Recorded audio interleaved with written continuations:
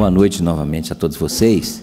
E eu gostaria de reenfatizar esse agradecimento ao Adilson, Mariana, a todo o pessoal aqui do LAB, do CDMF, ao Fiscar, né, ao vice-reitor, Walter, e a todos vocês que estão aqui presentes. O Adilson se referia, eu tive aqui há 3 anos atrás, na reunião da SPPC, e gostaria de novamente, em nome da SPPC, agradecer à universidade, ao Adilson, a todos vocês que proporcionaram uma grande reunião anual, que eu acho que foi marcante na história da SPPC, que hoje está fazendo, esse ano está fazendo 70 anos, né? Então, vou comentar isso rapidamente, porque eu acho que é importante a gente registrar essa coisa. A SPPC, assim como as universidades brasileiras, fazem parte da história da ciência brasileira. Eu acho que esses momentos é importante a gente refletir. Bem, eu vou aqui, talvez, fazer uma colocação um pouco mais geral. Quer dizer, eu venho da área também, atuei muito tempo e continuo atuando na área da comunicação pública da ciência, mas eu gostaria de colocar dentro de um quadro que a gente está vivendo também de crise da ciência brasileira, talvez porque no ano passado, eu na presidência da SPPC, nós tivemos todo o tempo envolvido nisso, no Congresso Nacional, nas discussões com as entidades, que eu vou me referir aqui, e, portanto, a gente está vivendo um momento de crise, de dificuldades grandes, não só num aspecto mais geral na sociedade, mas, em particular, na ciência brasileira. Então, eu queria compartilhar com vocês algumas dessas inquietações, dos desafios que a gente tem aqui, e a comunicação pública da ciência é certamente um desafio dentro desse quadro, né? Porque também, se a gente não tiver uma ciência brasileira funcionando, se expandindo, a gente vai divulgar o quê? Né? Então, a gente tem que estar preocupado com isso, e nesses momentos, às vezes, a comunidade científica se lembra, né? Às vezes nós mesmos nos lembramos que tem uma sociedade lá fora, né? Quando a gente vive em crise. Às vezes, quando a gente está nas épocas de bonança, a gente lembra pouco disso. Mas é importante, esses momentos, a gente refletir sobre como nós estamos, as nossas entidades, as nossas instituições de pesquisa, as nossas universidades, estão fazendo o seu trabalho de compartilhar o seu conhecimento com a sociedade, né? Como foi dito aqui, é o Fundo Geral que financia todo o trabalho das universidades brasileiras, em particular as grandes universidades públicas brasileiras. Eu lembro até, aqui temos vários físicos aqui, né? Eu lembro que o Einstein, né, em 1924, em torno disso, quando a Alemanha passava também por um momento difícil depois da Primeira Guerra Mundial, estava num processo de redemocratização da sociedade alemã, que infelizmente lá descambou gravemente para o fascismo e para o nazismo, né? Mas naquele momento o Einstein dizia, num artigo de divulgação, e era o símbolo do cientista mais isolado, mais teórico, né? Mais distante talvez do cotidiano das pessoas, fazendo teoria da relatividade geral, e o Einstein diz: a ciência é um órgão essencial do corpo da humanidade e produz uma substância que é essencial para a sociedade funcionar. Mas a ciência só tem o direito de existir socialmente se ela compartilhar isso com a sociedade. Quando ele fala em compartilhar, ele fala no sentido mais amplo, de compartilhar as aplicações e os usos, né, que estão presentes aqui no nosso cotidiano todo o tempo, né, e que a Adilson se mencionava aqui, o Faraday, né, um bichinho desse aqui que mudou o mundo, né, que tem a concentração de ciência que tem aqui dentro, né, de 2 séculos de eletromagnetismo, de física quântica, de engenharia, de química, né, que está condensado aqui de percepção de como fazer um programa, como apresentar esse resultado para as pessoas no mundo inteiro. Então, esse impacto da ciência é um ponto fundamental do nosso trabalho, mas é também fundamental a gente compartilhar culturalmente o que a ciência é, né? É fundamental que as pessoas tenham a percepção do que é a ciência, até para valorizar a evidência científica, né, que é uma coisa importante.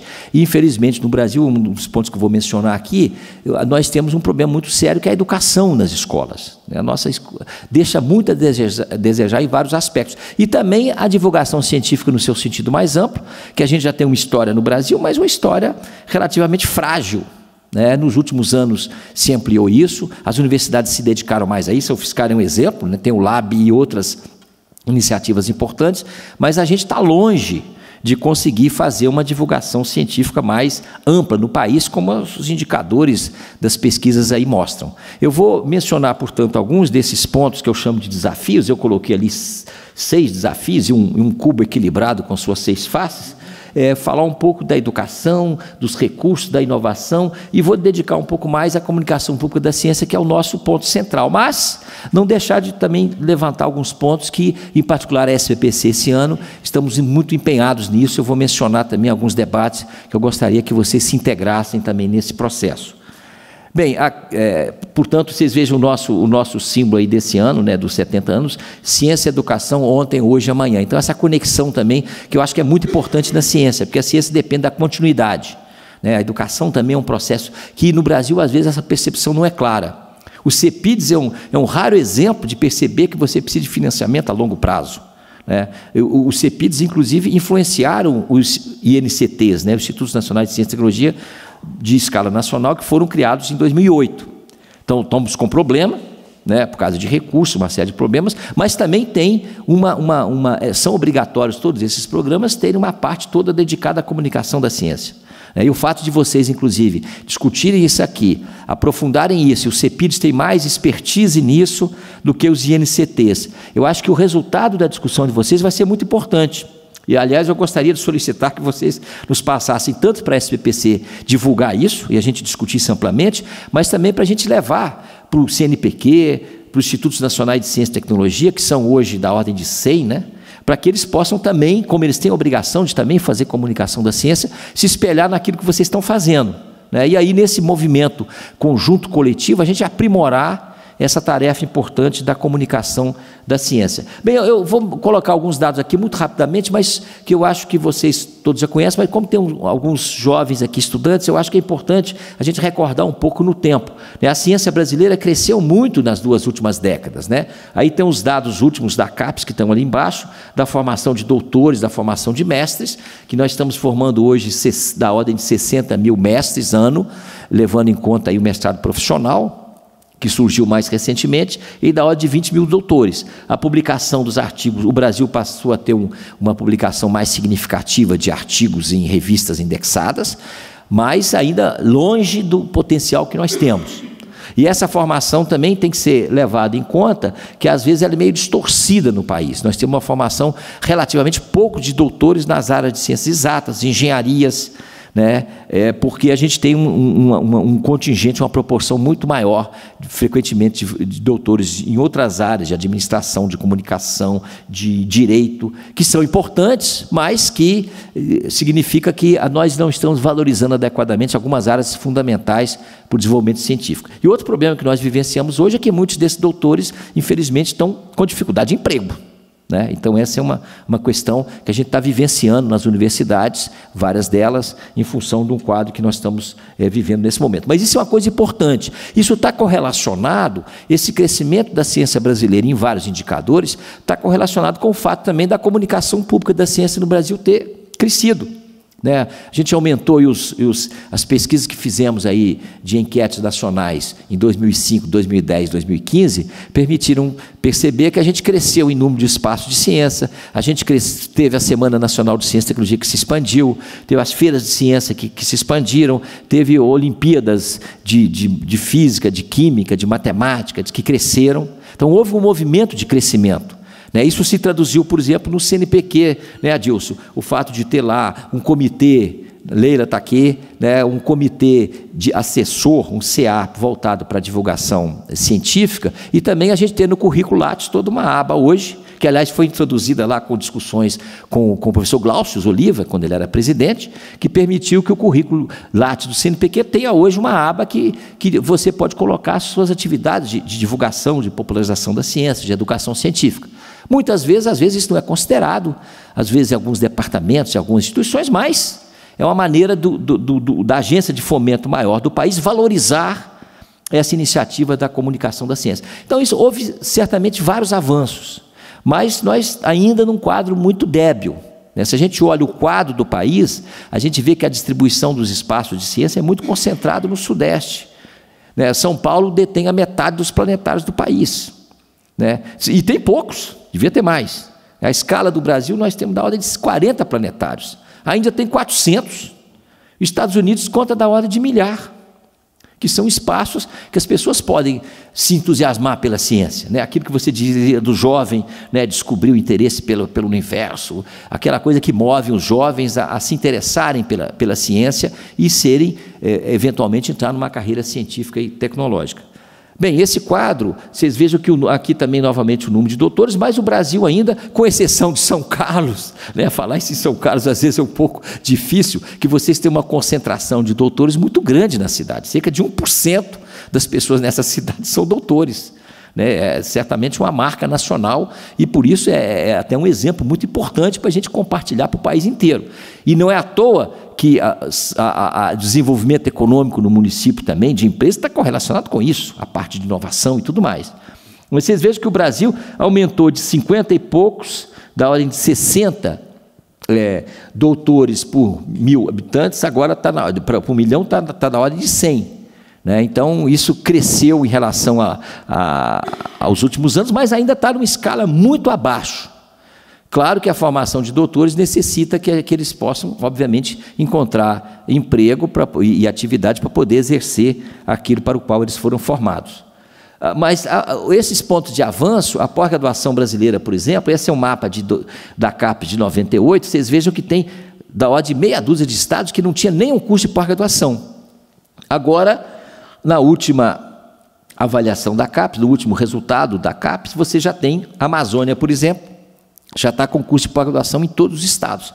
Mas se vocês olharem o quadro, acho que eu tenho um quadro aqui embaixo da região norte, por exemplo, vocês vejam que os cursos de pós-graduação no norte ainda são relativamente muito poucos, e inclusive de qualidade. Você só tem 5 do nível 6 da CAPES, né, e tem um nível 7 ainda, e você tem uma participação ainda muito pequena. Mas o fato de ter havido essa expansão grande da pós-graduação brasileira é responsável pelo crescimento de publicações, pela formação de doutores, porque a pós-graduação é fundamentalmente a grande formadora de gente qualificada no Brasil, obviamente, e também impulsiona muito as publicações científicas brasileiras, que cresceram, embora o impacto relativo não tenha crescido significativamente. Esse é um problema que nós temos de nos preocupar, que a pesquisa brasileira tem que ter mais impacto, não só no sentido das referências internacionais, mas o impacto local, no sistema produtivo e também no uso social da ciência. Um ponto que é interessante chamar a atenção, eu fazia parte do Conselho Superior da CAPES e levantei tempos atrás a observação de que, se a gente olha as pós-graduações, por exemplo, na Amazônia, a gente tem uma pós-graduação com doutorado em botânica. Uma. Vocês imaginam a metade do país, quase a Amazônia, uma região riquíssima, né? Uma região mais rica do mundo, praticamente, né? Em termos de biodiversidade, da qual se conhece menos de 5% do que tem lá, tem um potencial econômico, potencial científico gigantesco, e a gente não faz uma ocupação da Amazônia científica, que devia ser feito. Nós temos, como eu estava dizendo, um curso apenas de botânica. Isso significa que está faltando política pública que olha para o país como um todo e perceba que a gente pode, as nossas universidades todas, o nosso Sistema Nacional de Ciência e Tecnologia pode, de certa maneira, se debruçar sobre grandes questões nacionais. Uma delas é certamente a Amazônia. Então, não basta só a gente aumentar cursos de pós-graduação de maneira dispersa, mas a gente tem que também pensar algumas questões que são prioritárias, nas quais a gente deveria ter uma política mais direcionada. Bem, aqui isso resultou nesse crescimento das publicações brasileiras, que o Brasil está lá no 13º lugar, possivelmente esse ano talvez caia, com essas dificuldades que nós estamos vivendo aí mais recentemente, mas a gente está numa posição que cresceu muito nos últimos anos. 20 anos atrás estava lá embaixo da cadeira, lá no solo, mas agora subiu, mas está aquém ainda do nosso PIB, por exemplo. A gente podia ter uma participação maior em publicações científicas e também, como eu mencionei, na questão do impacto dessa pesquisa realizada. Um outro ponto importante foi o crescimento dos campi universitários no Brasil nos últimos anos e dos institutos federais, que passaram a ocupar mais o território brasileiro, com muitos problemas hoje, né? Porque houve um crescimento grande, tem muitos problemas de infraestrutura, tem problemas de dificuldades que estão vivenciando nesse momento, mas foi um movimento positivo para o país como um todo, né? Você descentralizar um pouco mais a ciência brasileira, que era feita de uma maneira muito concentrada no Sudeste. Então, hoje a gente já tem universidades, em particular no Nordeste, no Centro-Oeste, que já estão ombreando em qualidade com vários cursos do Sudeste, por exemplo. Mas tem de ter um esforço ainda maior. Quer dizer, isso permitiu o acesso de muitos jovens, permitiu o acesso de muitos setores da sociedade brasileira que estavam excluídos da universidade. Isso certamente foi um ponto importante a ser registrado. Bem, aí eu vou mencionar alguns desafios de maneira muito rápida. Um desafio óbvio, que eu já toquei nele, é a questão que a gente tem que melhorar drasticamente a qualidade da educação brasileira, em particular a educação em ciências na escola. né, que é uma coisa que frequentemente afasta os jovens, cria até uma ojeriza em relação, às vezes, à física, à química, à matemática, né, porque é um ensino que não valoriza fundamentalmente a coisa essencial da ciência, que é a curiosidade, a investigação, a experimentação, e muitas vezes ele se reduz a uma decoreba, ou uma coisa muito livresca, uma coisa muito chata, né, que é surpreendente que muitos alunos ainda vêm para as nossas áreas, porque às vezes o ensino que às vezes a gente tem em alguns locais é de certa maneira desestimulador do interesse dos jovens pela ciência. Então esse é um problema muito grande, que as universidades têm feito um esforço, mas eu acho que deviam fazer mais. Eu acho que as nossas instituições de pesquisa e universidade deveriam se dedicar mais a ajudar a educação básica. Eu acho que alguns países fizeram isso em alguns momentos na história, né? Se a gente vê os próprios Estados Unidos, né, depois da Segunda Guerra Mundial, no começo da década de 50, quando houve a Guerra Fria, com grande intensidade, os soviéticos colocaram um satélite em órbita, os americanos criaram um grande programa nacional mobilizador que impactou até a escola básica. Esse movimento de feiras de ciência, movimento de livros didáticos mais avançados, que veio para o Brasil, teve um reflexo, era um reflexo de muito que se fez nos Estados Unidos naquele momento. E os Estados Unidos eles pegaram os grandes físicos, químicos, matemáticos, biólogos e colocaram para escrever textos para os estudantes iniciantes, né? O Richard Feynman, né, o Prêmio Nobel de Física, vai lá dar aula para os alunos nos cursos introdutórios. Isso teve um reflexo importante, que a sociedade tomou isso como um programa mobilizador, e teve um reflexo importante que depois conseguiram chegar na Lua alguns anos depois, né? E certamente o fato de chegar na Lua foi só a culminação de um processo que permitiu que houvesse um compartilhamento muito mais amplo da ciência na sociedade americana. Então eu acho que esse é um desafio que nós temos. Eu acho que a educação básica brasileira tem passado, não é da agora, né? Tem um momento muito difícil, em particular no ensino médio. Agora existe algum... Vocês vejam esse resultado do PISA aqui de alguns anos atrás, e que se repetiu agora recentemente. O Brasil está lá embaixo, em qualquer indicador que a gente tomar, né, em desempenho médio dos estudantes. Mas tem uma indicação interessante: quando a gente olha os estudantes dos centros tecnológicos, dos institutos e escolas federais, das escolas militares, dos colégios de aplicação, que a média deles é mais alta do que a média europeia. Aí você se pergunta por quê? Porque eles são selecionados? São selecionados em muitas dessas escolas, em outras não. Tem escola hoje, no Rio de Janeiro, por exemplo, os colégios de aplicação das universidades públicas, que fazem sorteio de ingresso.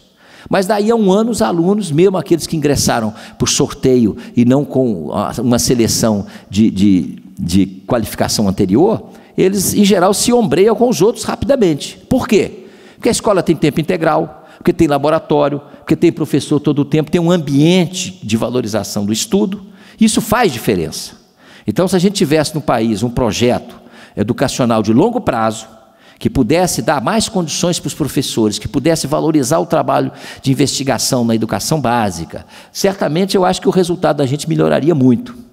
Mas esse é um ano eleitoral, possivelmente a educação vai estar na boca de todos os candidatos, né? Mas transformar isso em realidade depois é a questão.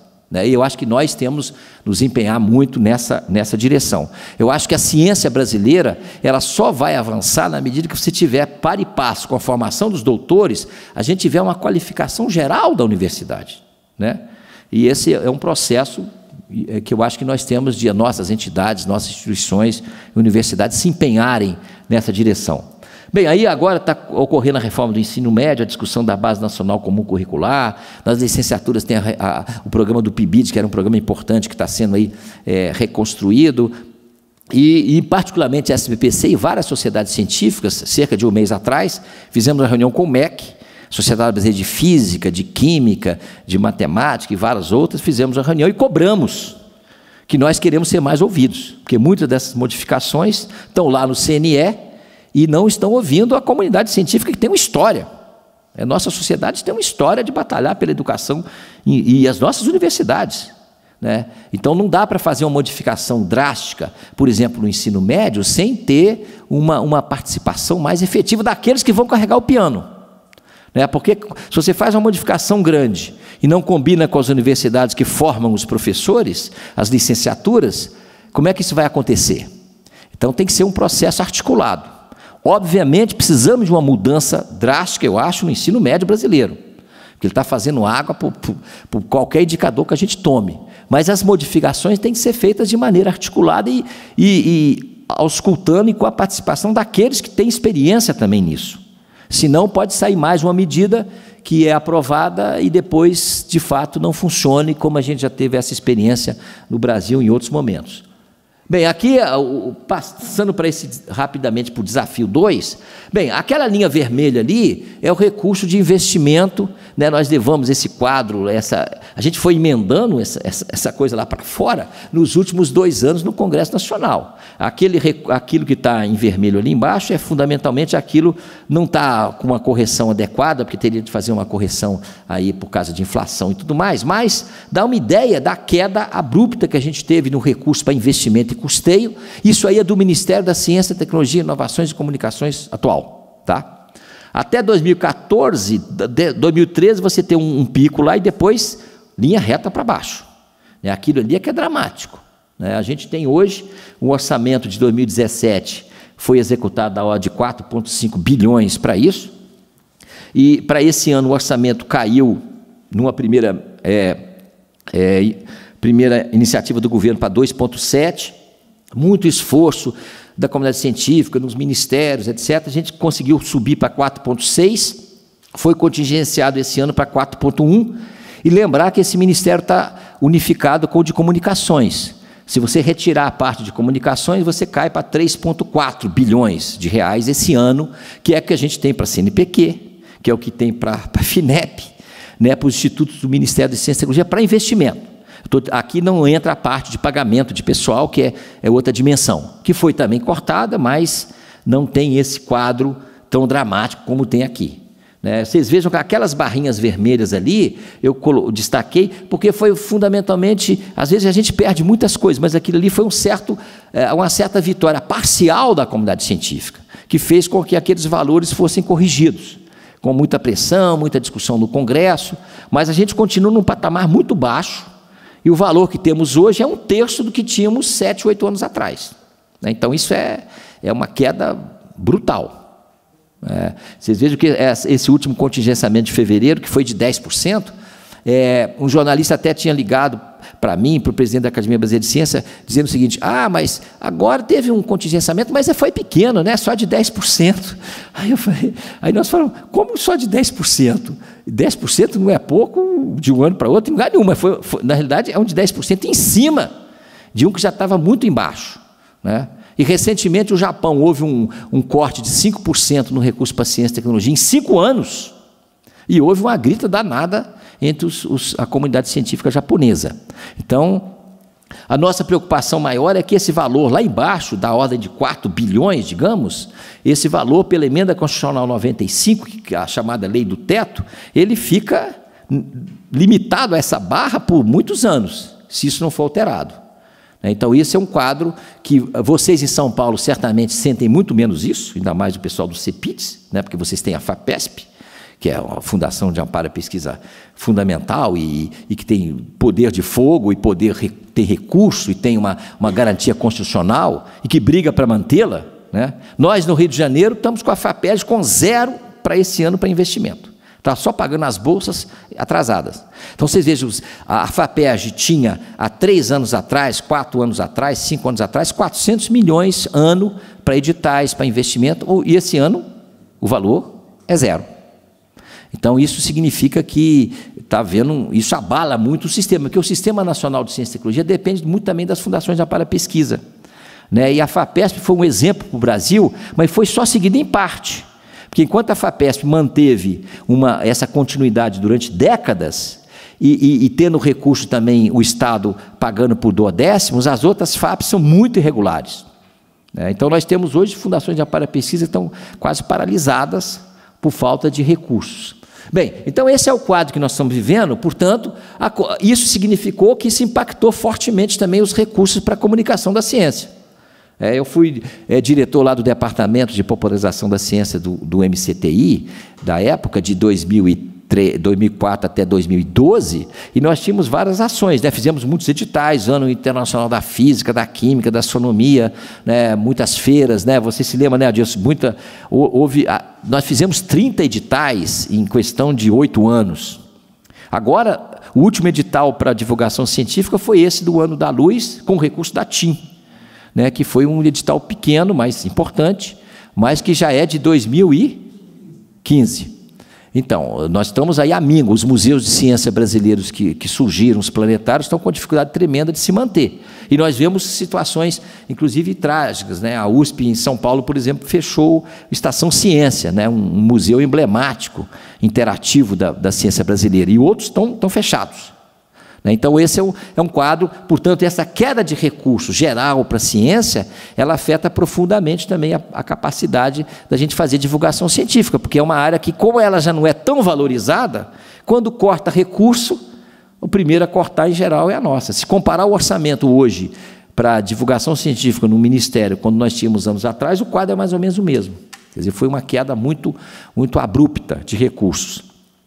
Bem, só para ter uma escala internacional, vocês vejam que o Brasil está patinando em recursos para pesquisa e desenvolvimento na hora de 1% do PIB, chega a 1,2%, 1,1%, mas comparado com outros países que estão crescendo significativamente. Porque tem a visão de que, ainda mais em momento de crise econômica, você tem de apostar mais na ciência, na tecnologia e na inovação. Então, esses números, tanto em valor relativo quanto em valor absoluto, são assustadores. Se a gente tem alguma ilusão, né, que a gente quer ser um país desenvolvido e competir adequadamente com outros, a gente tem que mudar esse quadro, né? Enquanto os outros todos eles estão subindo a participação no PIB, o nosso está ou mantendo assim, ou até caindo um pouquinho, agora nos últimos tempos. Aquilo ali está em milhões de dólares. Então, se você compara o Brasil com a Alemanha agora fez a Alemanha está subindo bastante, está 6 vezes o investimento, a Alemanha tem 6 vezes o investimento, isso é um investimento global em pesquisa e desenvolvimento, tanto público quanto privado. A Alemanha tem 6 vezes o do Brasil, e fez agora uma reforma da universidade, está estimulando a qualidade das universidades alemãs, está criando novos projetos, e a gente está patinando em valores que são muito pequenos, comparativamente com o potencial, inclusive, que nós temos. Bem, aí isso se traduziu que o quadro de recursos do CNPq, do orçamento do CNPq, fez mais ou menos essa curva aí, né? Agora, houve aquelas setas são a recuperação que aconteceram, mas é um quadro dramático de queda de recursos. A CAPES também, aqui na CAPES tem o programa Ciência Sem Fronteiras, né, que era uma parte significativa ali, naqueles anos de 2014, 2013, 2014, 2015, mas mesmo assim, o orçamento da CAPES, mesmo Ciência Sem Fronteiras, de um ano passado para cá, sofreu uma queda de 20%. Então, a CAPES, por exemplo, uma das coisas que a CAPES está fazendo agora, a CAPES tem a CAPES da educação básica, né, então a CAPES fazer uma escolha, nós temos redução de recursos, nós vamos continuar apoiando significativamente os programas de pós-graduação. Para fazer isso, ela reduziu na parte da educação básica, o que afetou os PIBIDs aí, por exemplo. Então, é uma lógica difícil de você escapar dela. E a CAPES, estamos agora discutindo com a CAPES outras iniciativas de criação de fundos, buscando outros recursos, né, para poder suplementar a queda de recursos que a CAPES está sofrendo. Bem, aqui tem os INCTs, que eu já mencionei, os Institutos Nacionais de Ciência e Tecnologia, que são mais ou menos uma estrutura similar aos CIPIDs, e se inspirou nos CEPIDs, e que tem da ordem de hoje 102 financiados no Brasil inteiro. E com esses cortes bastante significativos, né? Todos eles estão com dificuldade de continuar, e os 152 que haviam sido aprovados, 150 não foram financiados. Eu sou vice-coordenador de um INCT que a gente criou para a comunicação pública da ciência, e nós estamos tendo um problema sério, né? A gente conseguiu aprovar, e foi uma coisa legal, né? A gente, até a valorização da área da comunicação, a gente aprovar entre os 100 financiados um Instituto Nacional de Ciência e Tecnologia para a comunicação pública da ciência e tecnologia, e agora, como a sede dele é no Rio, a FAPERJ não tem dinheiro, a metade do dinheiro a gente já perdeu de início, a gente não tem. Então, um programa de 6 anos, envolvendo 9 países, 13 instituições brasileiras, e nós estamos refazendo e vocês vejam a dificuldade de explicar para um chinês ou para um alemão ou para nossos colegas lá que compartilham do INCT. A gente disse, fomos aprovados, todo mundo comemorou. Aí 6 meses depois a gente diz, mas o dinheiro não saiu. Eles dizem, mas como se foi aprovado? Mas é difícil você explicar. Mas, na realidade nossa, infelizmente, tem esses aspectos. Mas eu gostaria, inclusive, de valorizar isso, porque, Adilson, esse resultado de vocês vai ser muito importante para o nosso INCT, porque o nosso papel, um dos nossos papéis é exatamente pensar como refletir sobre a comunicação pública em ciência e tecnologia no país. E o resultado de vocês aqui, para nós, é certamente um elemento importante de reflexão. Vocês vejam, esse é o quadro da FINEP, o FNDCT, o Fundo Nacional de Desenvolvimento Científico e Tecnológico, que recebe recursos descontos de impostos de empresas. Vocês vejam, aquela linha azul é o que deveria ser liberado para uso, mas o que está sendo liberado é só aquelas barrinhas pequenas lá. Vocês vejam como é que esse ano, por exemplo, tem 2,5 bilhões de reais na chamada reserva de contingência, que o Ministério da Fazenda e o Planejamento seguram no orçamento e não pode ser usado. Está lá congelado. Ou seja, esse ano nós vamos ter um Fundo Nacional de Desenvolvimento Científico e Tecnológico que é fundamental para a infraestrutura das universidades, é fundamental para vários editais que foram feitos ao longo do ano, inclusive para a divulgação da ciência, né? Eles estão com valor muito pequeno, da ordem de 700 milhões que a FINEP tem para utilizar para recursos não reembolsáveis, o que é muito pequeno, né, para um fundo que é essencial para a ciência brasileira. Então, nós temos feito críticas continuadas a isso, né, esse fato que eu mencionei, que o investimento privado no Brasil relativamente é muito pequeno em relação ao investimento público. Em outros países essa proporção é certamente ao contrário. Então, esse é um problema histórico que a gente tem que pensar no Brasil, como fazer com que a iniciativa privada aporte mais recursos, arrisque mais para pesquisa e desenvolvimento. Eu acho que isso tem a ver também com a comunicação pública da ciência. Nós temos de criar uma cultura na sociedade brasileira que investir em ciência, em tecnologia, em inovação, e ter o risco de fazer isso é uma coisa importante para o empresariado privado, né? Como eu disse, falar essas coisas em São Carlos um pouco, não é o quadro brasileiro. Vocês têm um quadro muito próprio aqui nessa região em São Paulo, em particular em São Carlos, em que muito disso já é feito, né? Muitas dessas iniciativas são feitas aqui. Agora, um dos grandes problemas nossos é estender isso para o país inteiro. Por isso, o exemplo de vocês é muito significativo, da interação da universidade com as empresas, né? Que eu acho que é uma marca interessante aqui da cidade de vocês. Então, esse quadro aí, a gente está preocupado lá, a SBPC e a Academia Brasileira de Ciências, nós temos assento também no Conselho Nacional de Ciência e Tecnologia, que é o órgão máximo do país de Ciência e Tecnologia e que reúne, presidido pelo Presidente da República, e tem 13 ministros. Infelizmente, ele não se reúne desde 2016.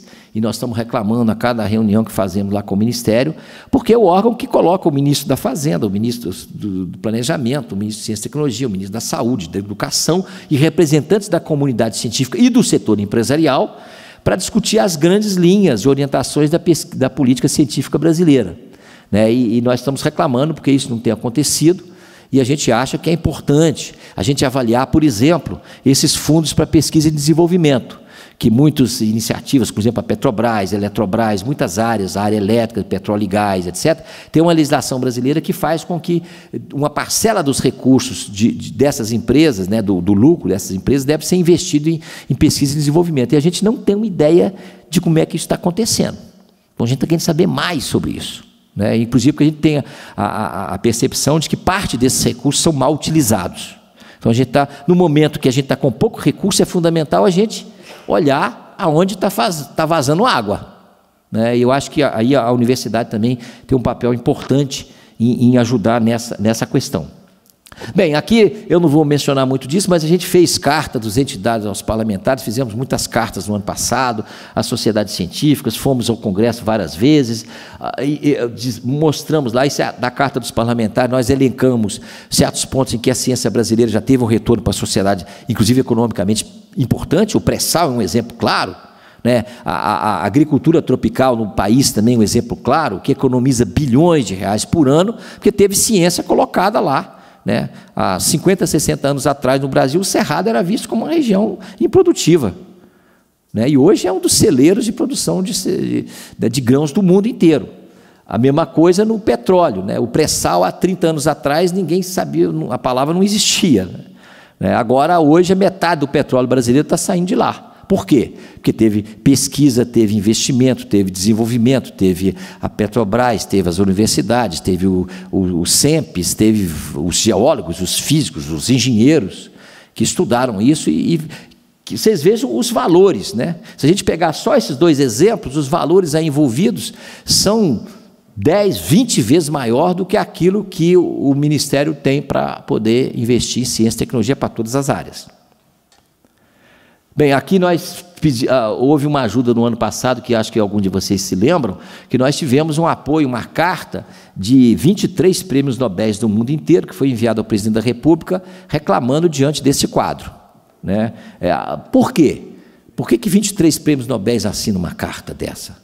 Né? Porque, não só porque eles são solidários, a ciência brasileira, etc., etc., mas porque muitos deles têm conexão com o Brasil, sabem como é que a ciência brasileira tem feito, né? E tem trabalhado. E muitos deles têm interação com cientistas, com jovens estudantes brasileiros, e, portanto, estavam preocupados com aquele movimento de crescimento da ciência brasileira e um processo agora mais recente de cortes muito drásticos, né?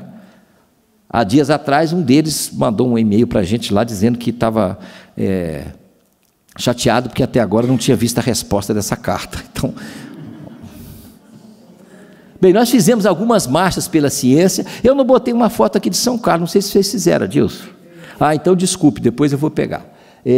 Aí a gente fez marcha pela ciência, aí acompanhando a coisa americana, que agora aconteceu de novo, mas a gente está num ritmo um pouco diferente dos americanos, porque as nossas manifestações, em geral, acontecem, mais próximo do segundo semestre, quando o orçamento está sendo discutido, né? Mas houve uma participação pequena, entusiasmada. Nós fomos para as praças em São Paulo, na Paulista, no Rio de Janeiro, no Museu da Manhã, em Fortaleza, em São Carlos, em Manaus, em Brasília, mas a gente sente que a comunidade científica ainda está meio devagar. A gente precisa de ter o impulso maior, né? Porque a gente manda muita carta, a gente manda um manifesto, né? Eu assinei no ano passado uns 10, né, para o presidente da República, presidente do Congresso. Só que a repercussão disso não é tão grande. Se a gente não chegar na mídia é importante, mas às vezes a gente teve até uma cobertura razoável da mídia brasileira e internacional, na Science, na Nature, né, do quadro da ciência brasileira. Mas isso não sensibilizou muito ainda os decisores para onde vai o dinheiro do orçamento brasileiro. A gente fez um chamado tesourômetro lá em Belo Horizonte, em Salvador, em Brasília. Aqui foi um evento bem interessante no Teatro Municipal do Rio de Janeiro, que é a premiação da Olimpíada Brasileira de Matemática da Escola Pública, né, que é um evento muito legal e que a gente faz desde 2005, né, eu participei disso lá, era a minha responsabilidade no Ministério na época, desde a primeira Olimpíada de Matemática na Escola Pública, que envolve hoje 18 milhões de estudantes. Agora está pegando também estudantes da escola privada, a partir desse ano.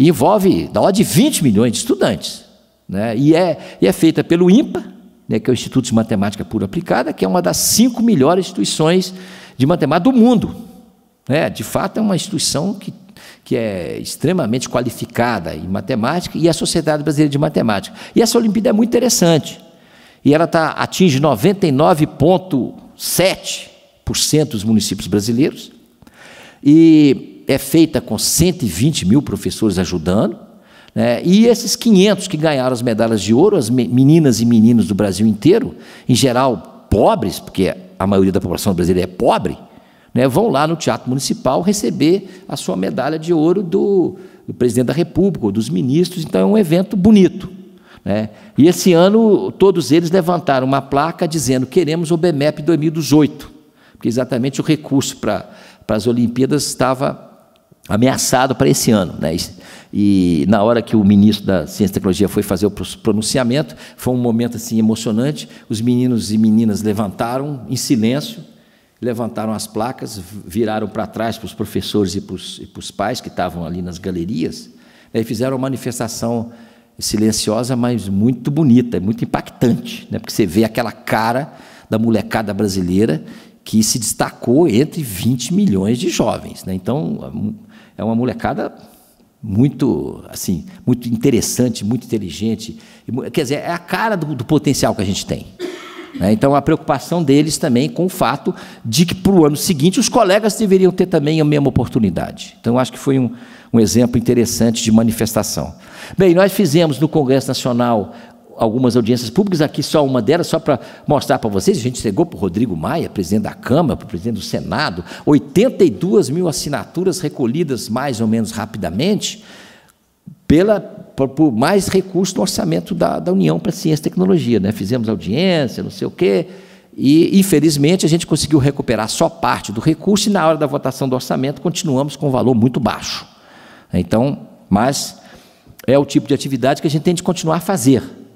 E uma preocupação que nós temos esse ano, um ano eleitoral, eu vou mencionar no final, é que nós estamos querendo também influenciar, como já fizemos em outras ocasiões, ou pelo menos tentar fazer o nosso papel, influenciar que os candidatos ao Executivo e ao Legislativo também se comprometam, se pronunciem sobre pontos centrais da ciência brasileira, da educação brasileira.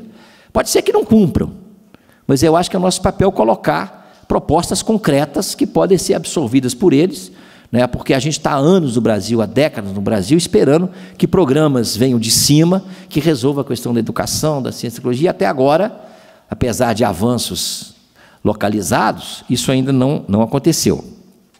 Bem, aqui eu só queria mencionar também que houve um momento importante que a SBPC, a Academia Brasileira de Ciências, nos preocupamos, que foi a questão do professor Carline, e essas situações que aconteceram em algumas universidades brasileiras, de autoritarismo flagrante e de ameaças à liberdade acadêmica. Nós fizemos cartas, abaixo-assinado, levamos ao ministro da Justiça, ao ministro de Ciência e Tecnologia, em particular o caso do professor Carline, que teve uma intimação policial, por estudar a maconha há 60 anos, como se fosse apologia às drogas, estudar cientificamente. Ele é um dos grandes especialistas internacionais nisso. Então, nós ficamos muito preocupados, porque essas questões começam em coisas pequenas e depois se estendem para outras situações. Então, isso é um papel que nós temos também, eu acho, a comunidade científica, de se pronunciar em defesa da liberdade acadêmica, da liberdade de expressão e das liberdades civis em geral. Bem, aqui um outro desafio que eu também não vou mencionar por causa do tempo, eu já estou me estendendo, é a questão da necessidade da inovação. O Brasil, e novamente São Carlos certamente contribui para o Brasil não estar um pouco mais abaixo, que está lá na rabeira, nos critérios de inovação global, ou seja, nós temos um problema.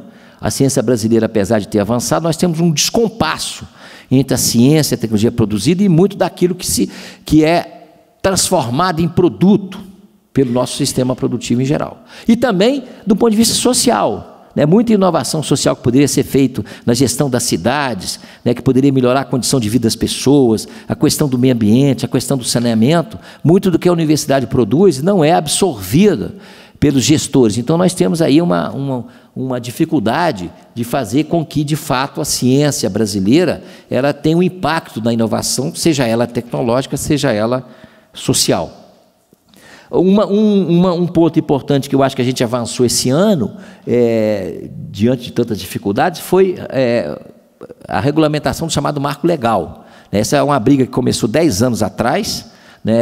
Eu trouxe até a imagem, porque é a imagem dos 60 anos da SBPC, 10 anos depois, que está aí, o Raup era presidente da SBPC, estava o presidente na época, que era o Lula, o Sérgio Rezende, que era o ministro, e na sede da SBPC aconteceu uma reunião em que se começou a discutir quais eram os principais empecilhos legais para a ciência brasileira, as dificuldades legais.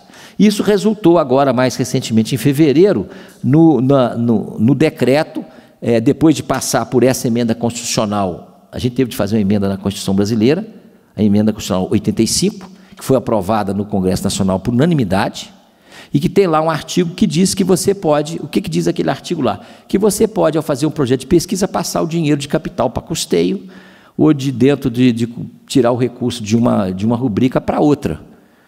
Que em todo quanto é lugar do mundo isso já acontece. No Brasil tem que estar na Constituição.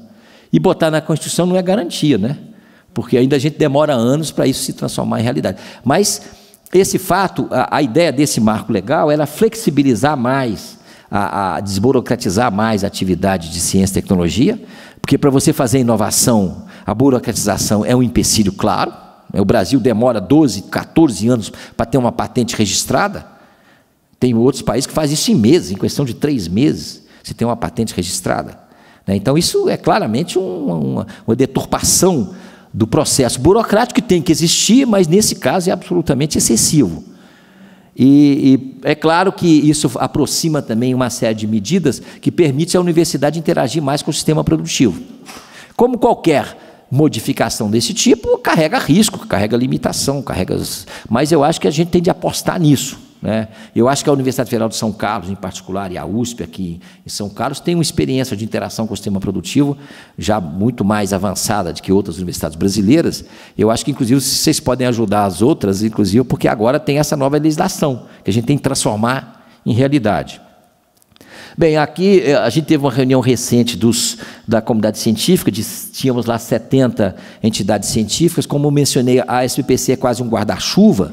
Nós temos 142 sociedades científicas afiliadas, de física, de química, de biologia, a FESB, de astronomia, de educação, de comunicação, de sociologia, de antropologia, de todas as áreas, fundamentalmente. E a gente tem discutido com as entidades. Nós criamos um fórum as entidades científicas, e recentemente nós fizemos lá uma discussão com as direções da FINEP, do CNPq e da CAPES, para poder se inteirar dessa situação, como é que estão funcionando as agências, e sugerir uma série de medidas. E nós adotamos também algumas iniciativas lá comuns que nós vamos tentar efetivar ao longo desse ano. A principal delas é certamente essa de pressionar para os recursos recompor os recursos de ciência e tecnologia que estão drasticamente afetados. Mas também outros aspectos, nós estamos preocupados com grandes projetos de cooperação internacional, como o programa da Antártica, que está semi-paralisado por falta de recurso, o ESO, que é um grande projeto internacional de astronomia, a Torre da Amazônia, de observação de mudanças climáticas, que foi construída pelo Brasil e pela Alemanha, e que agora, lá no meio, a 300 quilômetros de Manaus, no meio da mata, é uma torre mais alta que a Torre Eiffel, para vocês terem ideia, e coalhada de sensores, e que os alemães estão lá obtendo os dados, os brasileiros não estão. Não estão por quê? Porque não tem dinheiro para ir lá. Então, é um negócio meio absurdo. Você constrói uma torre caríssima, com a cooperação internacional, e os alemães estão colhendo os dados e, gentilmente, acho que estão compartilhando com os brasileiros, mas não é, obviamente, é uma situação absurda.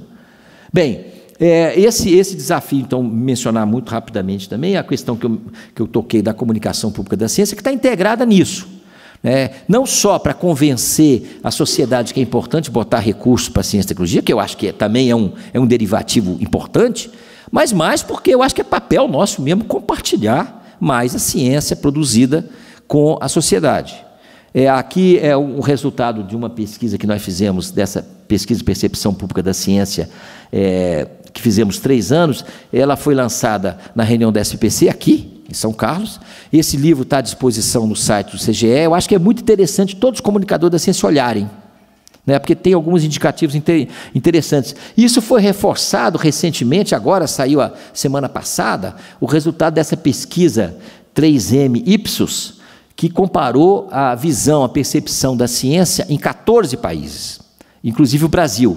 E os resultados do Brasil reafirmam muito daquilo que nós já tínhamos obtido nas outras pesquisas. Esse é muito interessante, porque você tem 14 países, então você pode ir comparando o que está acontecendo. Então, eu sugiro para vocês, esse reporte está disponível, e dá uma olhada nesses resultados, que são bastante interessantes.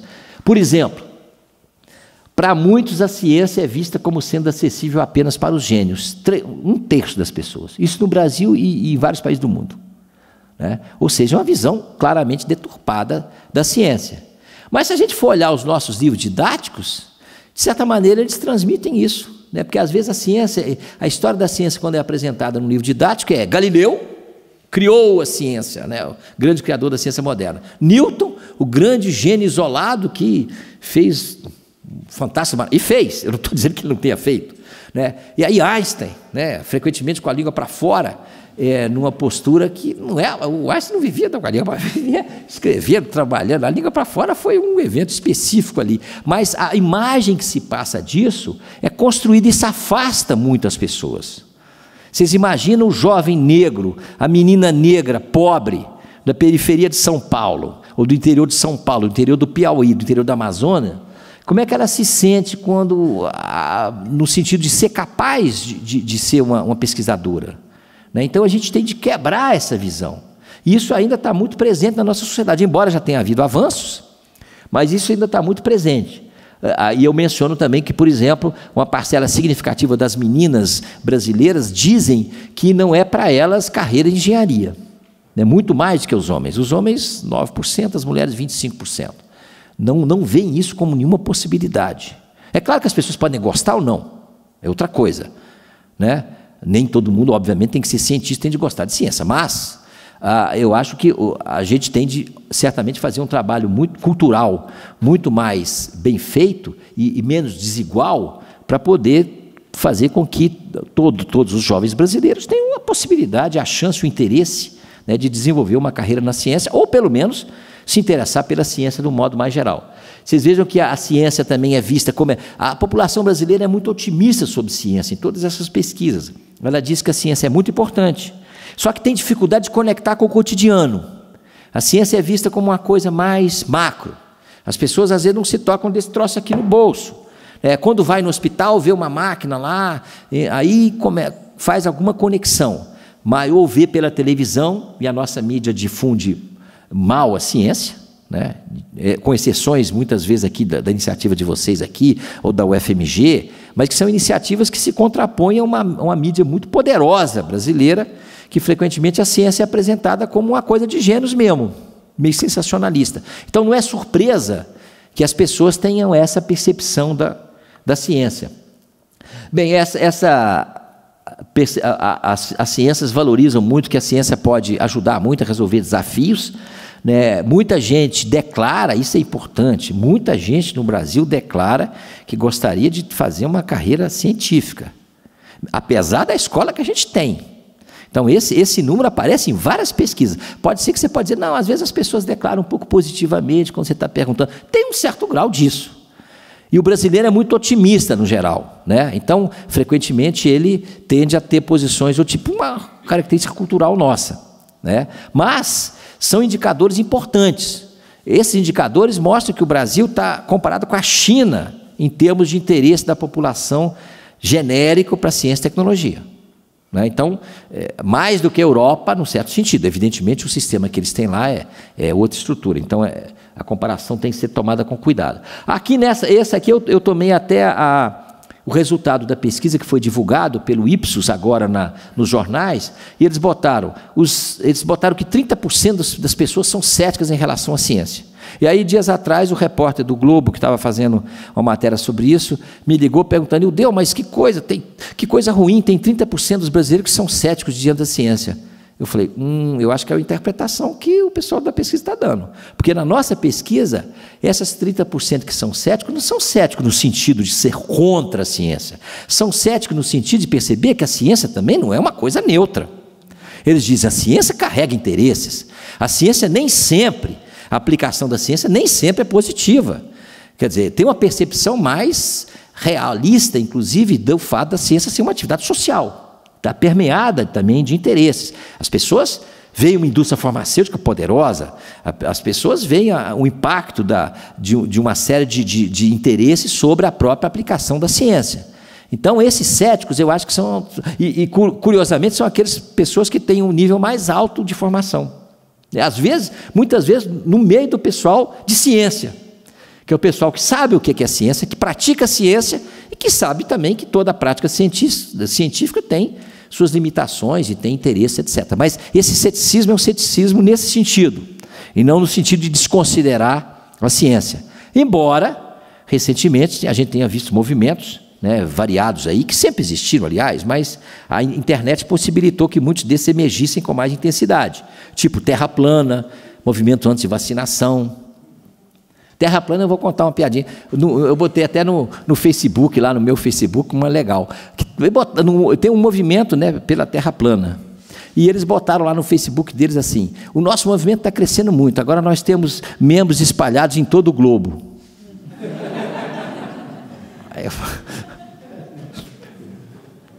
Bem, Bem, aqui tem vários resultados dessa pesquisa que eu não vou me estender, eu só mencionar que esses interesses grandes por ciência, a nossa pesquisa que foi feita em 3 séries consecutivas, 2005, 2010, 2015, também registra que o brasileiro tem muito interesse, curiosamente também é o povo no mundo que declara maior interesse por meio ambiente, embora não pratique frequentemente. Mas é uma indicação importante. O brasileiro, se você compara com outros países do mundo, a gente visita pouco museu de ciência, por quê? Porque não tem.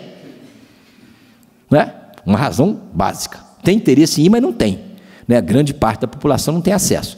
Mas, quando você vê jardim botânico, jardim zoológico, aquário, que são espaços, parques ambientais, em que você tem uma relação com a natureza, os brasileiros visitam muito isso todo ano. E a gente não tem programa de divulgação científica adequada nesses espaços. Então, tem aí as pessoas vão para um jardim botânico e ficam horas.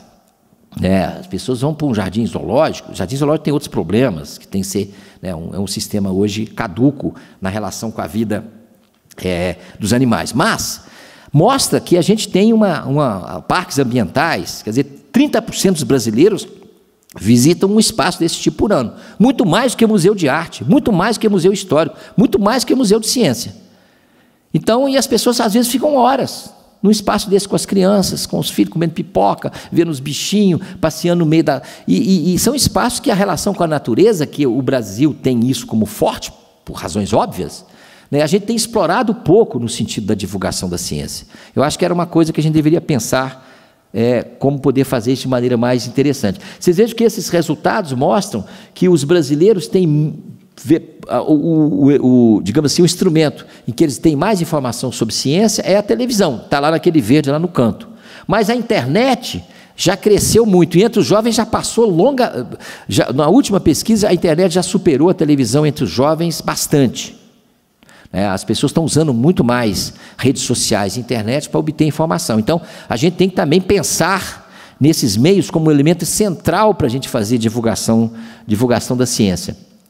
Os cientistas têm grande credibilidade, já mencionei isso, e aqui essa pergunta também que a gente fez, se o Brasil deveria investir mais em ciência e tecnologia, mesmo sabendo que isso significa você tirar recursos de outras áreas, 80% dos brasileiros dizem que sim.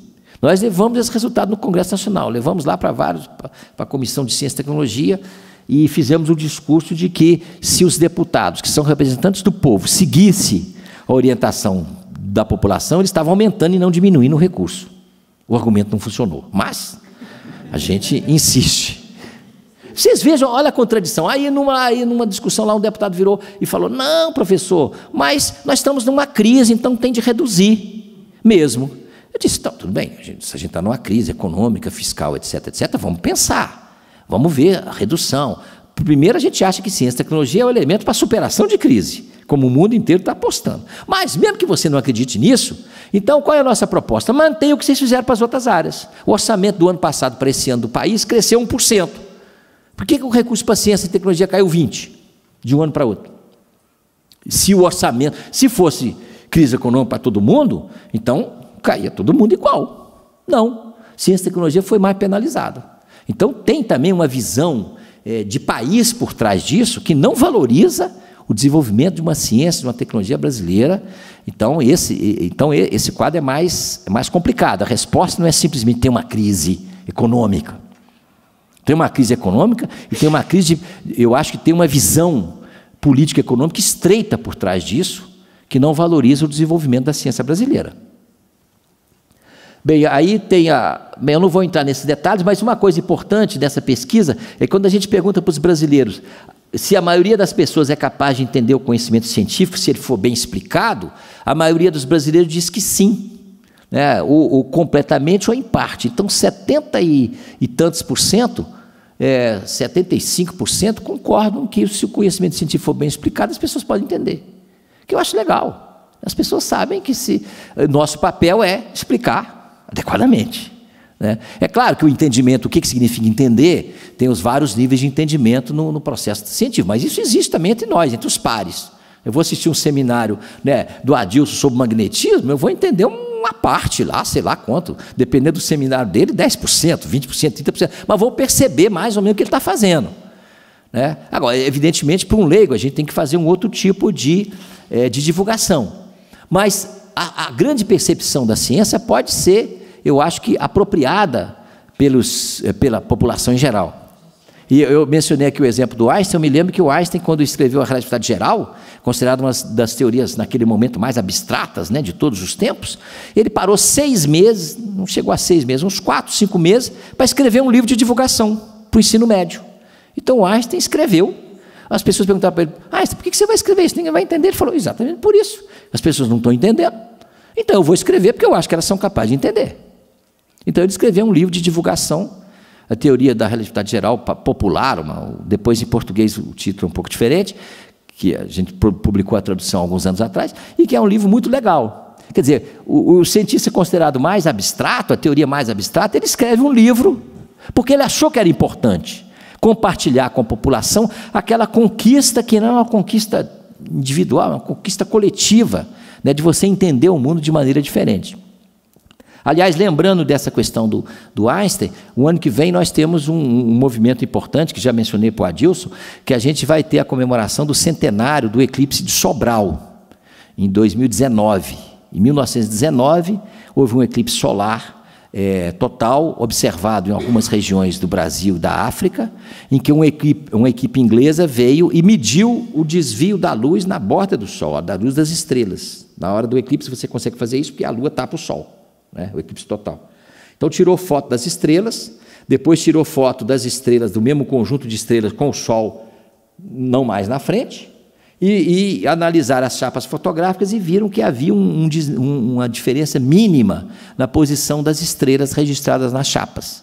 Isso mostrou que a luz desviava ao passar próximo do Sol. E o valor que foi confirmado lá em Sobral bateu com o valor previsto pelo Einstein, aproximadamente. Isso foi o fato que transformou o Einstein em sujeito conhecido no mundo inteiro. Ele era desconhecido antes de 1919, conhecido só na Alemanha. Ele se transformou num cientista mais conhecido de todos os tempos por causa dessa confirmação de uma previsão dele. E foi em Sobral, no Ceará, né, que pouca gente no Brasil sabe. Então nós vamos fazer o ano que vem uma comemoração grande no país todo, e aí eu convido vocês, os físicos, os astrônomos e todo mundo. A ideia é a gente fazer iniciativas que relembrem esse fato histórico e aproveita para fazer divulgação da ciência, da astronomia, da física, da cosmologia, né? Na quinta-feira eu vou estar lá com o prefeito de Sobral. A cidade de Sobral está entusiasmada, tem uma praça em Sobral, a praça onde foi feita a observação, que tem um planetário e tem um museu do eclipse. Então, vou estar lá com o prefeito de Sobral. Nós criamos uma comissão e nós vamos levar ao ministro da Ciência e Tecnologia a solicitação de ter um aporte de recursos para a gente fazer comemorações sobre isso, inclusive, né, nas escolas, entre os jovens, etc. Porque isso, a experiência do Ano Mundial da Física, do Ano da Química, do Ano da Astronomia, né, aqueles editais, eles conseguiram envolver muita gente no Brasil. Então a gente está querendo ver que o eclipse de Sobral também seja um marco, a gente relembrar um pouco da ciência brasileira, da ciência observada no Brasil. Mas foi observada pelos ingleses, mas os brasileiros tiveram um papel fundamental também na toda a infraestrutura da expedição e em outras observações que foram feitas lá em Sobral. Bem, mas isso é um apêndice ao que eu estava falando. Bem, aqui a questão da liberdade de pesquisa, que os brasileiros dizem também que o cientista deve ter liberdade de pesquisa, mas que a ciência, em geral, também carrega riscos e perigos, né? Porque é uma coisa óbvia. É só ler uma história da bomba atômica que você percebe que o impacto da ciência pode ser catastrófico.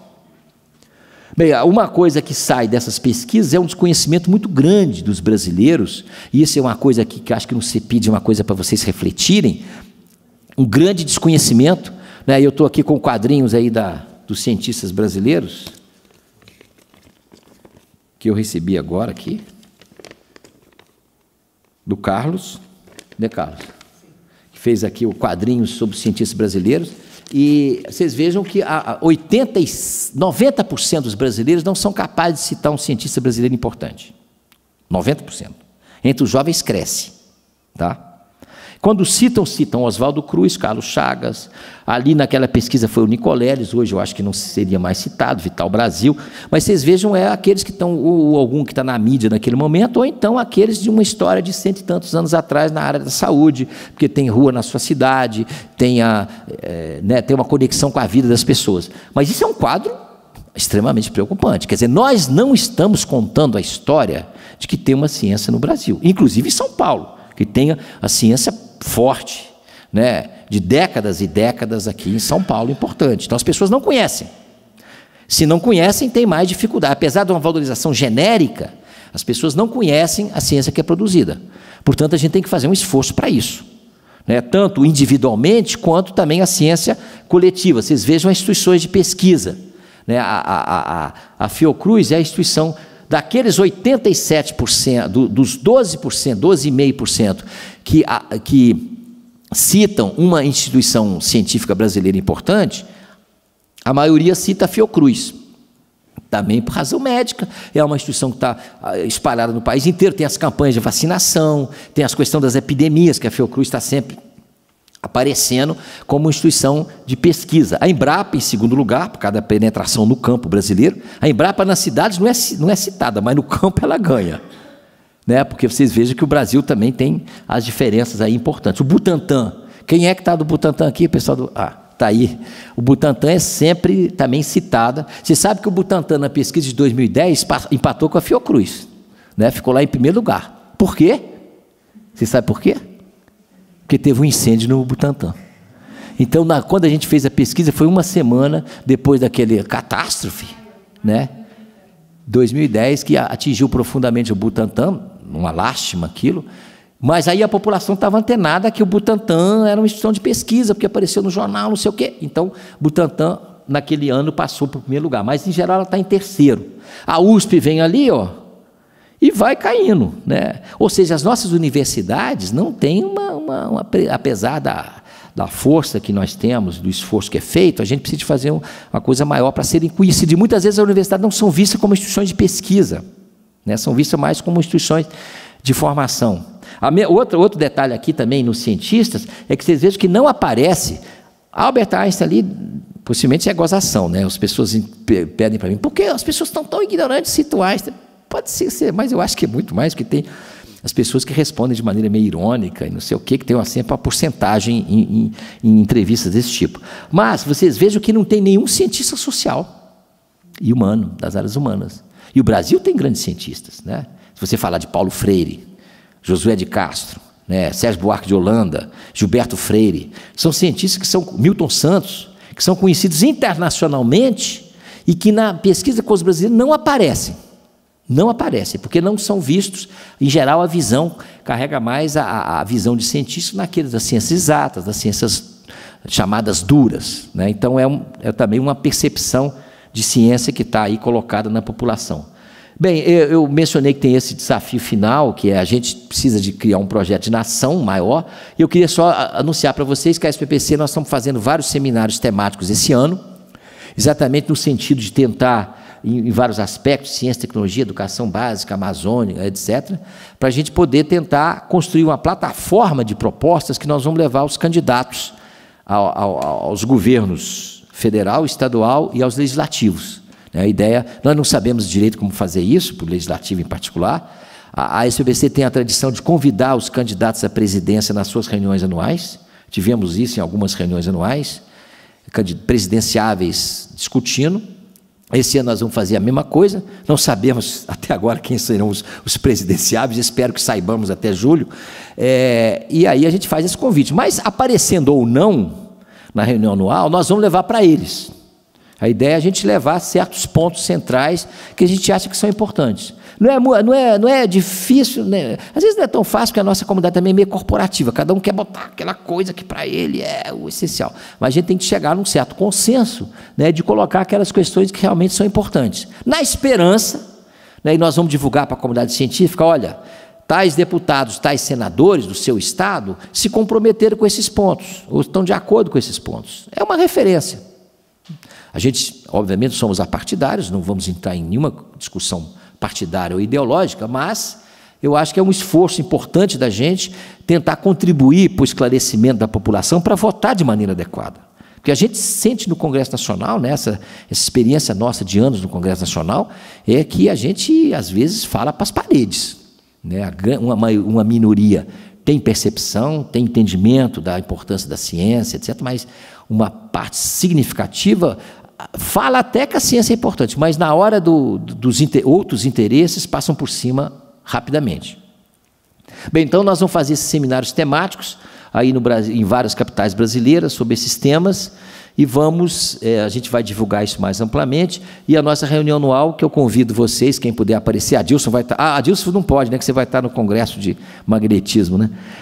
Ciência, Responsabilidade Social e Soberania é o tema desse ano, na Universidade Federal de Alagoas, né? Então nós vamos tentar lá apresentar para a sociedade brasileira alguns desses pontos, e esses pontos nós vamos divulgar amplamente para a sociedade científica, de física, de química, para vocês aqui, quer dizer, se vocês tiverem interesse, vamos mandar para divulgação aqui da UFSCar, que esses documentos que nós vamos elaborar, eles vão estar em discussão nesse primeiro semestre, para a gente convergir para alguns pontos centrais, para levar para aí. E um dos pontos que nós vamos colocar lá, certamente, para os candidatos, no que se refere à ciência e tecnologia, é valorizar a comunicação pública da ciência, e apoiar iniciativas nessa direção, porque a gente acha que isso faz parte de uma política pública para a ciência, tecnologia e inovação no país. Muito obrigado.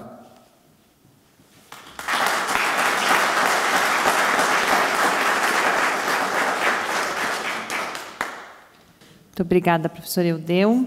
Eu insisti bastante para que o professor Eudeu pudesse estar conosco hoje. Foi um esforço grande, mas acho que essa apresentação dele só confirma, nos dá esse panorama mais geral, a partir do qual, ou sobre o qual, a gente vai discutir nos próximos dias. A gente agora vai abrir para perguntas.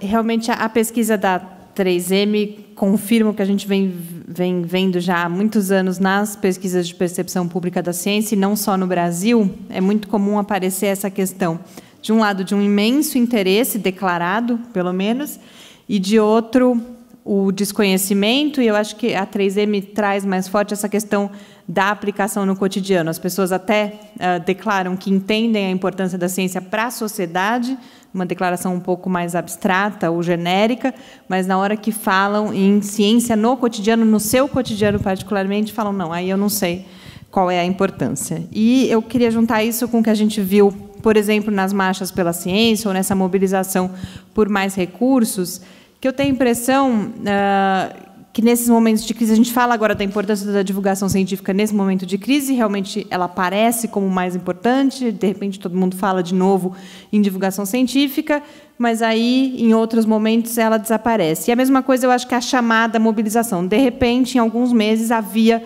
uma marcha pela ciência, e eu sinto que há muito um discurso que fala, a ciência é importante, a ciência é fundamental, a ciência é investimento, não é gasto, mas que, de certa forma, muitas vezes se encerra aí. Eu fico preocupada que, se a gente não tem uma divulgação científica mais perene, mais cotidiana, ela mesma, na hora em que a sociedade é chamada, por exemplo, a se mobilizar, ou não só isso, também despertar de vocações, todos os objetivos que a gente tem para a divulgação científica, ou ela é mais cotidiana, mais perene, e vai além, eu acho que o esforço também, não que nunca vai, claro que a gente tem várias iniciativas que vão além, mas essa divulgação científica mais massificada, de certa forma, nesses momentos, me parece que, às vezes, se contenta em falar a ciência é importante, defendam a ciência. E eu acho que a gente precisa ir muito além disso para que as pessoas, de fato, defendam o conhecimento científico. Queria que você falasse um pouco sobre isso. Talvez foi interessante, talvez, umas 2 ou 3 fazer pessoas, porque aí depois, que eu acho que possivelmente vai ter coisas similares, não sei. Sugestão. Ali, Gabriel.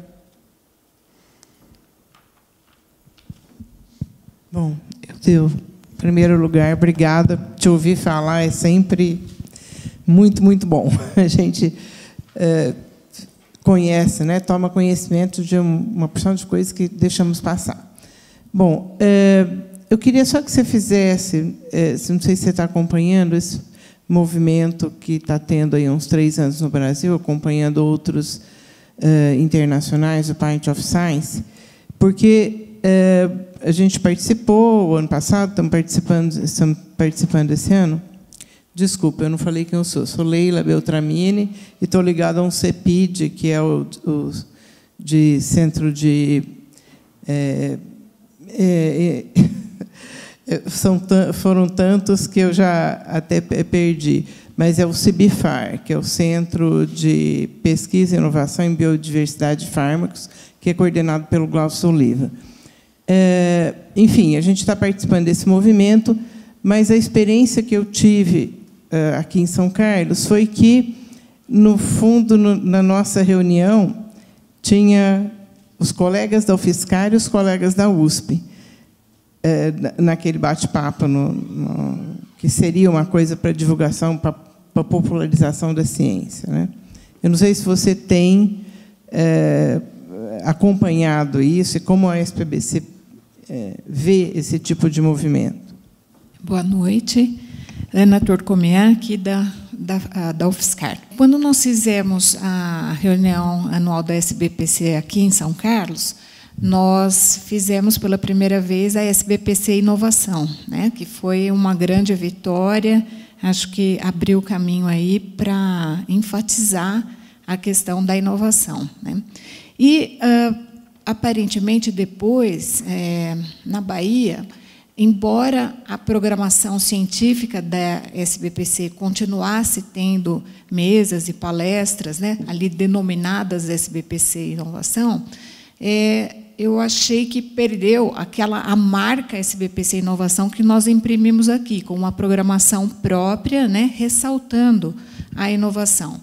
E a minha questão será que isso não seria uma coisa importante como um instrumento de divulgação científica também, né, mostrando a inovação como algo mais tangível, né, como resultado da ciência que a gente produz.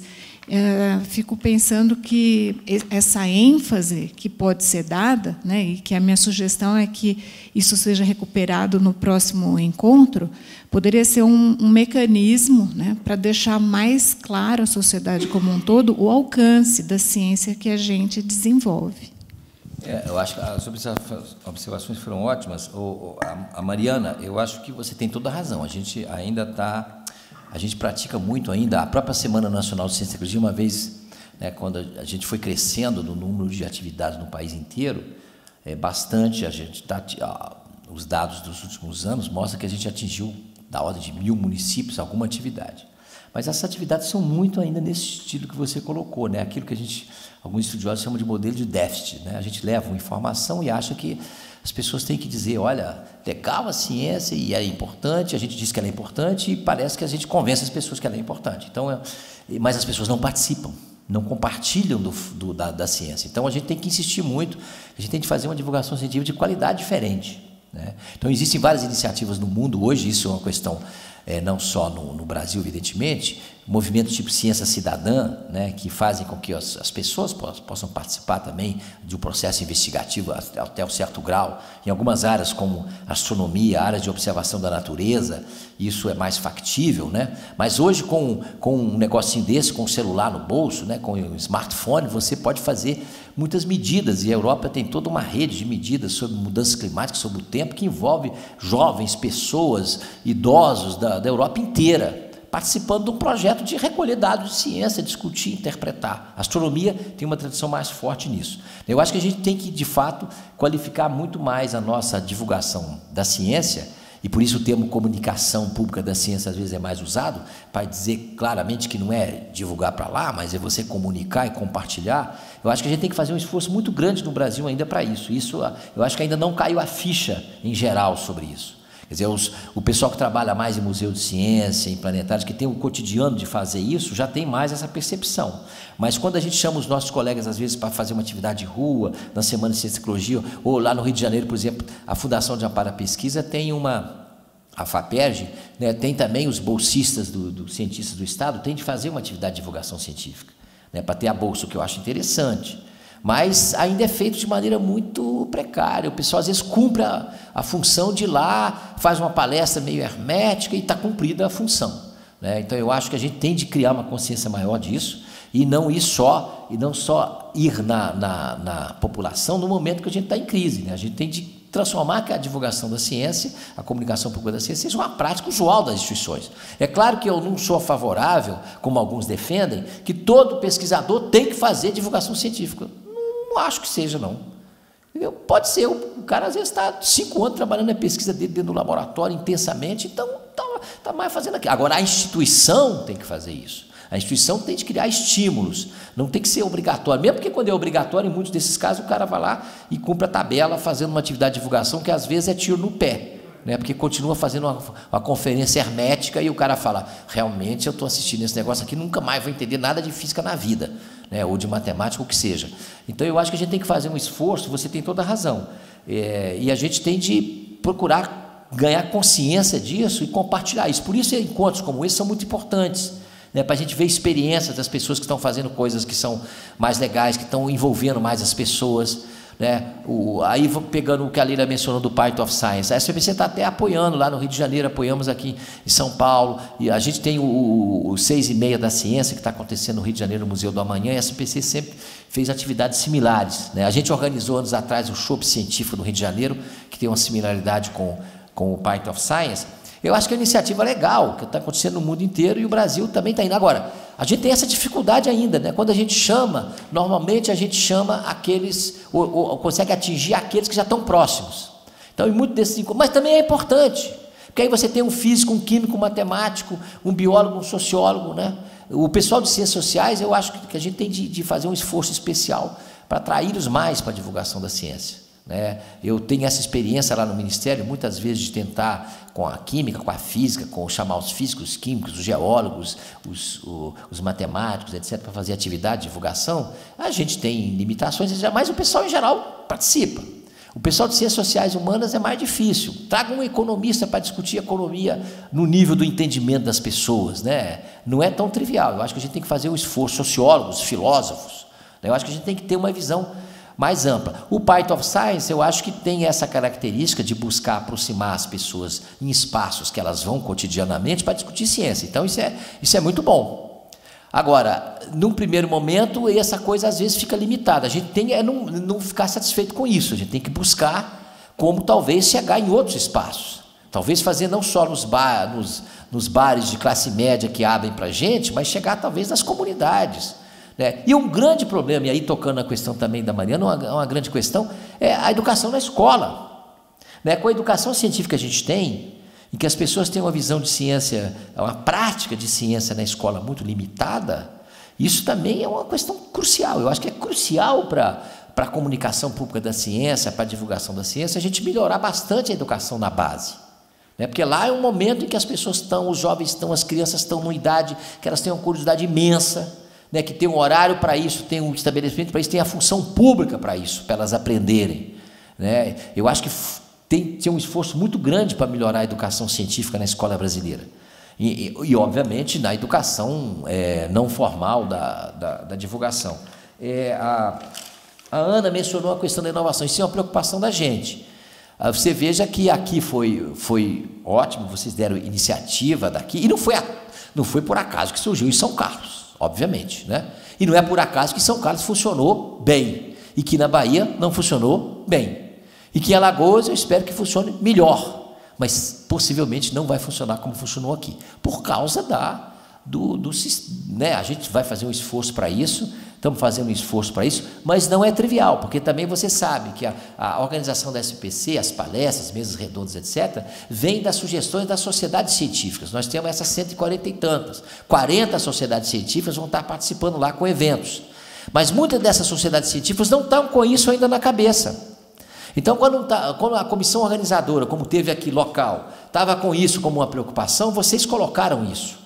Da mesma maneira que a SBPC Jovem surgiu, que eu me lembre, muitos anos atrás, acho que foi na UFMG, tinha um grupo de pessoas que achavam que era fundamental compartilhar mais com jovens, e aí criou-se essa estrutura. Você tem toda a razão, eu vou inclusive levar essa preocupação sua para a comissão organizadora, vamos rediscutir na medida do possível. Nós estamos esse ano com muita dificuldade de corte de recursos para a reunião anual. A Universidade Federal de Alagoas, o pessoal está absolutamente entusiasmado e dedicado, mas é uma universidade menor que São Carlos, menor que a UFMG, portanto o número de espaços que nós temos é mais limitado, o recurso para nós fazermos as tendas está para metade, então isso significa que nós vamos ter certamente, no global, nós vamos ter de repensar estruturas, mas isso que você mencionou, que a inovação pode inclusive aproximar as pessoas, né, da ciência mais no cotidiano delas, naquilo que elas têm em casa, naquilo que elas compram, naqueles que elas usam, isso é um desafio com certeza. Mas nós temos ainda pouco essa capacidade, a gente tem que aprender. Então, a ajuda de vocês aqui, que naquele momento foi significativa, é importante que ela continue. Obrigado. Eu sou o Carlos Teixeira, estou iniciando o pós-doutorado na ECA, na USP, e eu entreguei para você esse quadrinho, enviei por e-mail para os coordenadores de educação e difusão do CEPIDES, e depois eu tenho também em papel. Eu gostaria de fazer uma observação, não é necessariamente uma crítica, mas um comentário, porque eu faço parte daquela estatística que você falou dos doutores que perderam o emprego. Então, eu trabalhava no centro universitário privado e, quando eu obtive um financiamento da FAPESP para fazer a divulgação do CEPIDES e precisava, né, interromper as atividades remuneradas e pedir um afastamento, trabalhava há 17 anos nessa instituição. Eles me deram a carta de demissão. Então, eu entrei com esse projeto agora do pós-doc e pedi um financiamento da FAPESP. E, na avaliação, veio assim o parecer escrito o seguinte: não se trata de uma pesquisa prioritária. Então, eu gostaria de fazer, não é uma crítica à FAPESP, pelo contrário, ela me apoiou no programa que eu fiz de divulgação do CEPIDES pela rádio, mas é um comentário que eu gostaria de colocar, né? Assim, não é prioritária uma pesquisa que trabalha com a divulgação científica, né? Então, a proposta desse meu projeto é de fazer as biografias, né, de cientistas brasileiros, homens, mulheres e afrodescendentes, e divulgar também o CEPIDES por conta daquela pesquisa que os brasileiros desconhecem, né? Quem são os cientistas brasileiros e desconhecem o centro de pesquisa. Então, uma instituição de fomento como a FAPESP responder. Tem uma outra observação, com relação à minha súmula curricular, que eu acho que tem, em parte, né, eles buscam a questão de ser uma excelência, e talvez isso falte um pouco na minha formação, mas essa questão de não ser prioritária, né, uma pesquisa que trate da divulgação da ciência. Eu não queria que você comentasse um pouco com relação a isso. Boa noite, meu nome é Letícia, eu sou professora da Universidade Federal do Vale do São Francisco há quase 10 anos. Em especial, desde 2012, eu atuo num campus de Senhor do Bonfim, que é norte da Bahia.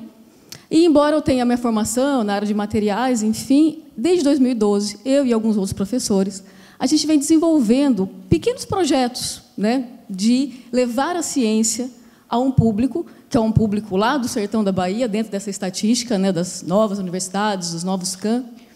E a gente vem fazendo pequenos projetos, bastante tímidos ainda, e essas ideias foram crescendo, e eu acho que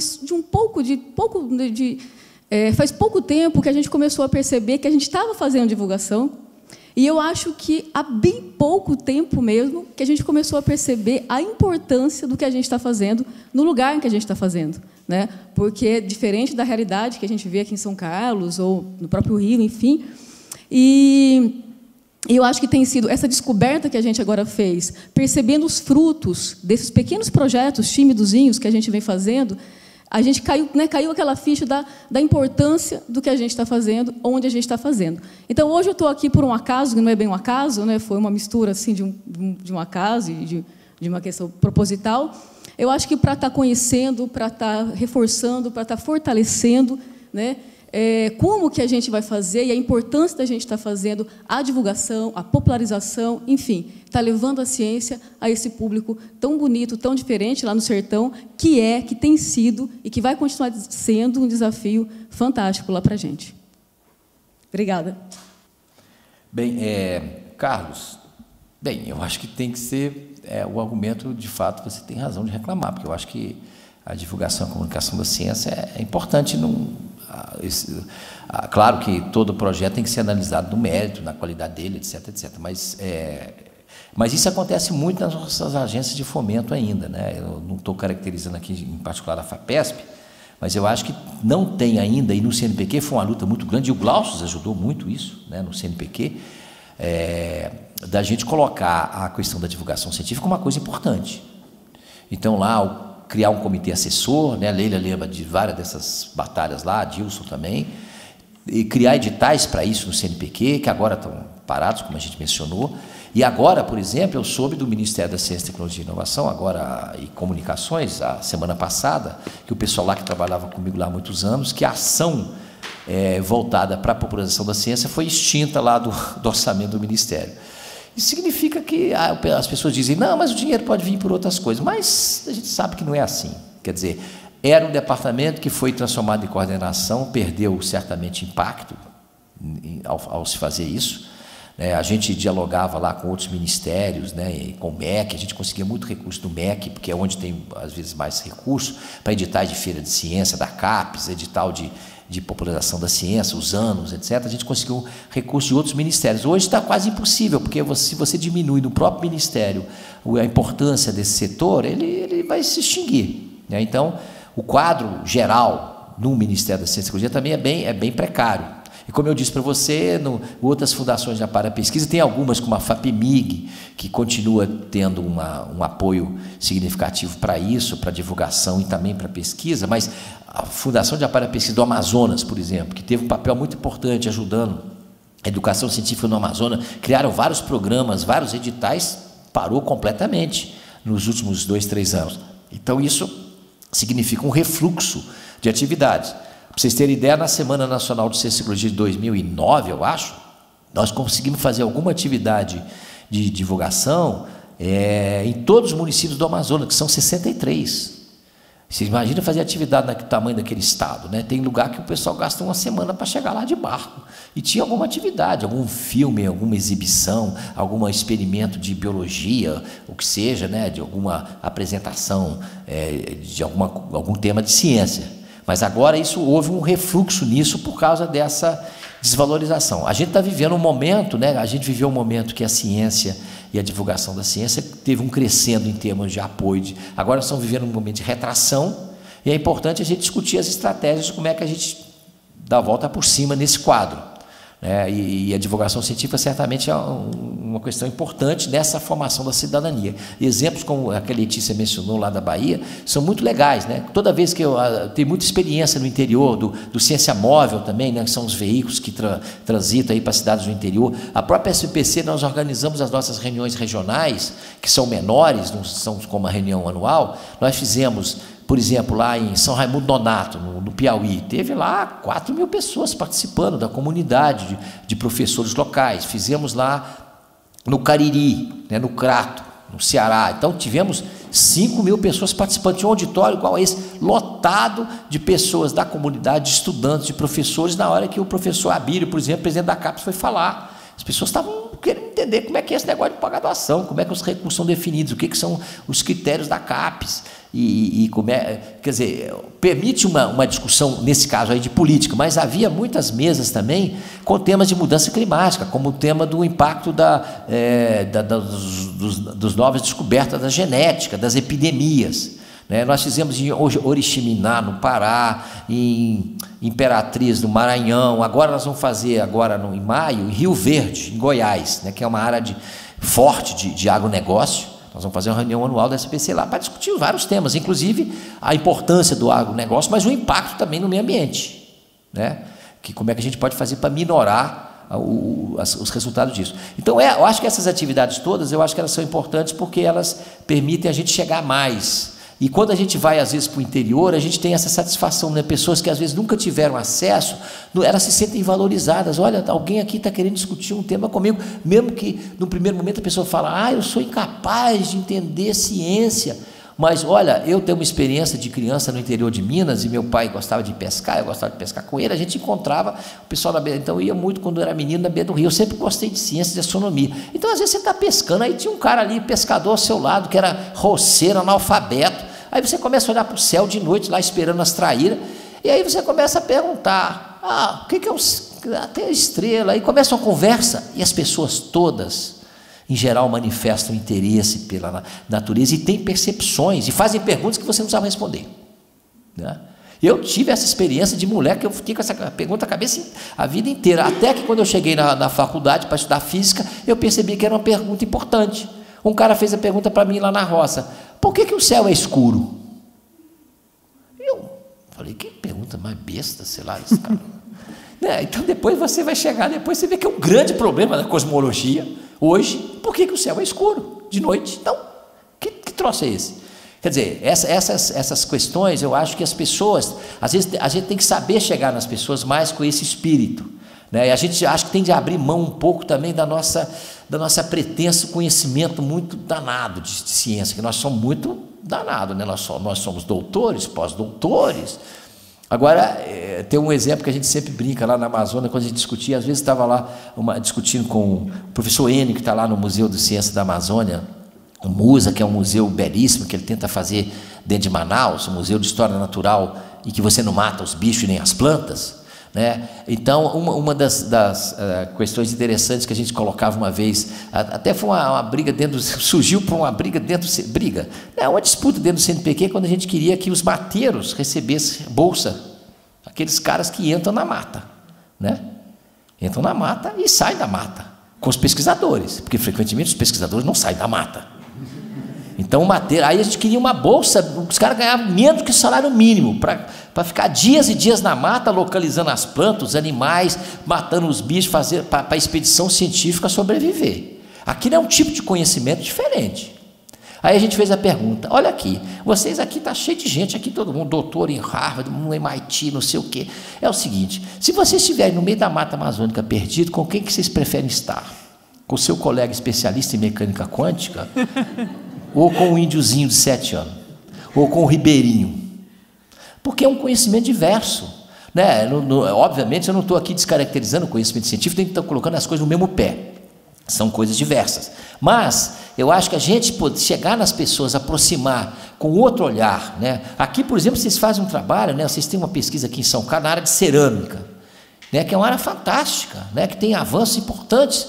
Agora, cerâmica, todo lugar que você vai no Brasil, eu fui agora, semana passada, lá no Norte Fluminense, você passa por inúmeros lugares lá, o pessoal fazendo vasos, olarias, não sei o quê, né? Tem um conhecimento ali, que de repente, se você chegar nele a partir daquilo e não chegar dizendo que tem um gráfico, uma teoria fechada, não sei o que aqui, olha como é que nós somos bons e merecemos o dinheiro, talvez a gente possa e até aprender, né? Porque possivelmente tem questões lá de cerâmica que eles conhecem que, às vezes, nos laboratórios da gente, a gente não consegue ter acesso àquela percepção vinda da prática de dezenas e dezenas de anos. Então, eu concordo inteiramente com você. A gente tem que fazer um esforço nesses movimentos de marcha pela ciência, no Python of Science, em todas as atividades de divulgação científica dos CEPIDs. A gente tem de pensar um pouco de inovar também a nossa divulgação de ciência que a gente está fazendo. Porque só fazer palestra do mesmo tipo, meio coisa, e achar que as pessoas vão necessariamente se interessar muito pelo que a gente está falando, tem mostrado que tem limitações. Bem, eu falei demais. Obrigado.